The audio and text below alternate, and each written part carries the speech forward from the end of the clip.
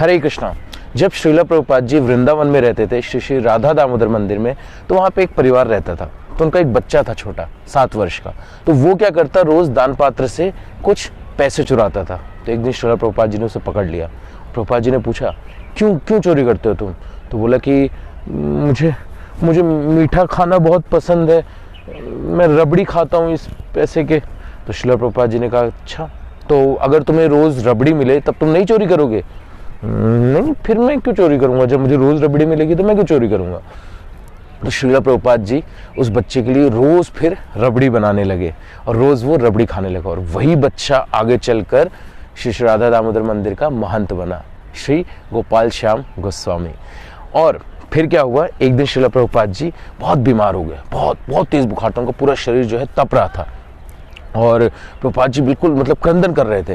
उनके परिवार वालों ने पूछा कि क्या हुआ स्वामी जी, आप इतना रो क्यों रहे, मतलब क्या दिक्कत क्या है? तो बोला कि मेरे गुरुदेव ने मुझे आज्ञा दी थी कि इन ग्रंथों का प्रकाशन करो और पाश्चात्य देश में इनका वितरण करो जाकर, लेकिन मैं कुछ नहीं कर सका। ऐसे कर श्रीला प्रभुपाद जी बहुत रो रहे थे, उनका पूरा शरीर तप रहा था, बहुत तेज बुखार था।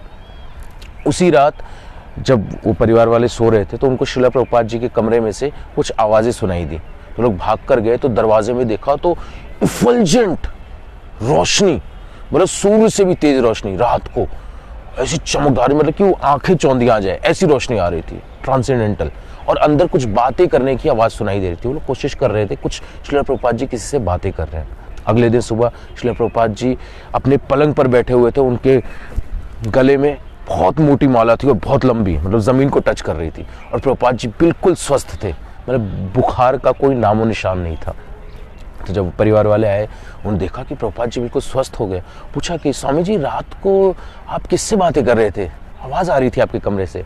तो श्रीला प्रभुपाद जी ने कहा, रात को मुझे रूप गोस्वामी जी ने दर्शन दिए और उन्होंने मुझसे कहा कि तुम क्यों चिंता कर रहे हो, तुम ग्रंथों का प्रकाशन करो और पाश्चात्य देश जाओ, सारी व्यवस्था हम करेंगे।